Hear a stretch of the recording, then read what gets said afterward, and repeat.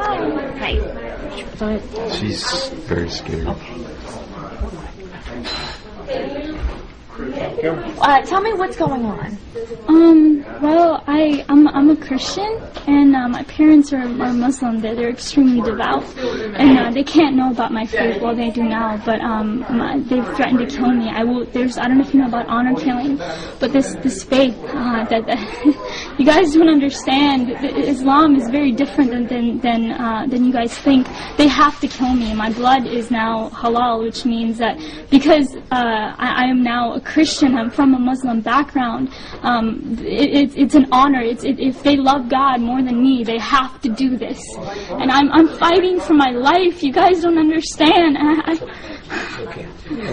They don't understand.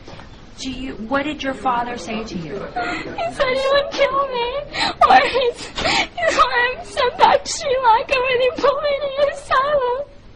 He said they go crazy. It's okay. Calm down. I ran away from home. I wrote my parents a note. I said, I refuse to deny Jesus, and He's my Lord and Savior. And I pray you find His forgiveness and mercy, and I love them both dearly. I wrote that, but they never showed it to the police officers.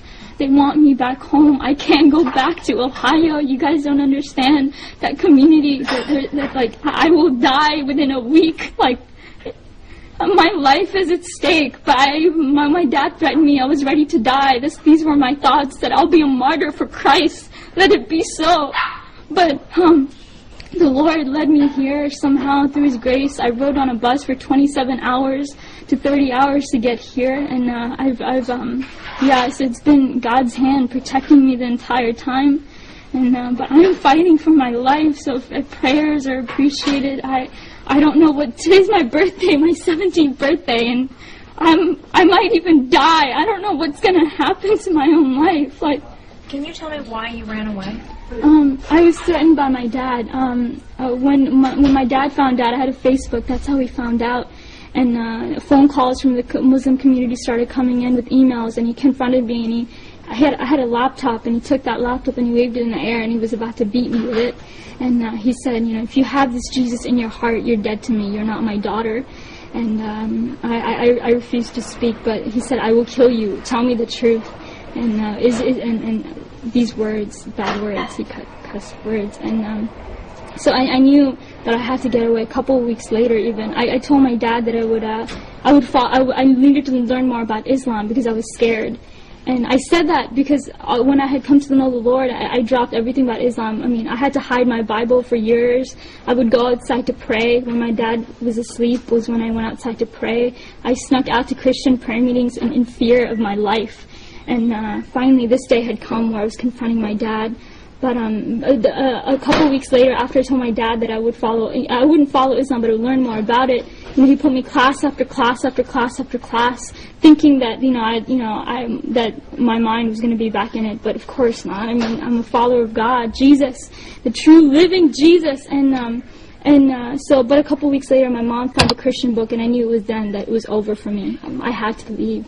How did you end up in Florida here? Here? What happened is that night, I had to leave, so I left. That Saturday night, was it? It was Saturday night in the morning. I left to go to a friend's house, and I asked her, I begged her to take me to church. I needed to get to church. I needed to pray. I needed to seek the Lord to know what to do. And so that entire day from 7 in the morning to late at night, I prayed and prayed and prayed, and finally I was able to get a ride back home to the person's house. And then I stayed there Sunday night, because my dad was coming back home from his trip that night. And so I stayed there that night, and I just left. I hitchhiked to a bus station, and I got a ticket to Florida because I had met them through a prayer ministry on Facebook. And this was the farthest away from Ohio, and you don't understand. If I had stayed in Ohio, I wouldn't be alive.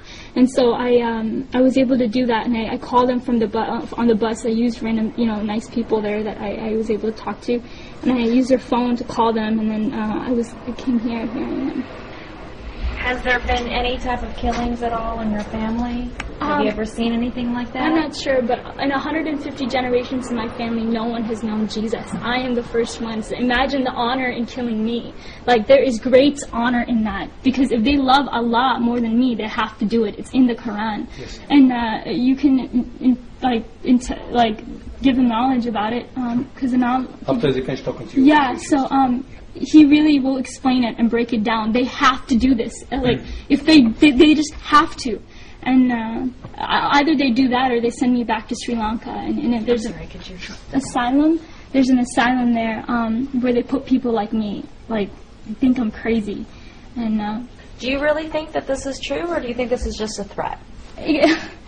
there's actually hundreds of cases that are back to like me. Amina and Sarah, they were forced to go back home. They were killed by their dad. Like, this is not just some threat. This is reality. This is truth. This is reality. How many more cases? If you want, there's case after case. There's hundreds of them. I am one. I am one of hundreds. They have to. You guys don't understand. They have to. I don't know what else to say, but they have to. If you want proof, there's hundreds of cases that can validate my story. Even my friends and people from back home, they knew what would happen to me. My own brother knew about my faith, and yet he didn't tell my dad. What does that say? He knew the consequences. He knew. So what do you want at this point now? I want to be with them. I want to be free from my parents. I want to be free. I want to worship Jesus. I want to go to church on Sundays and read my Bible and say Jesus is alive whenever I want to. You guys talk about religious freedom? No.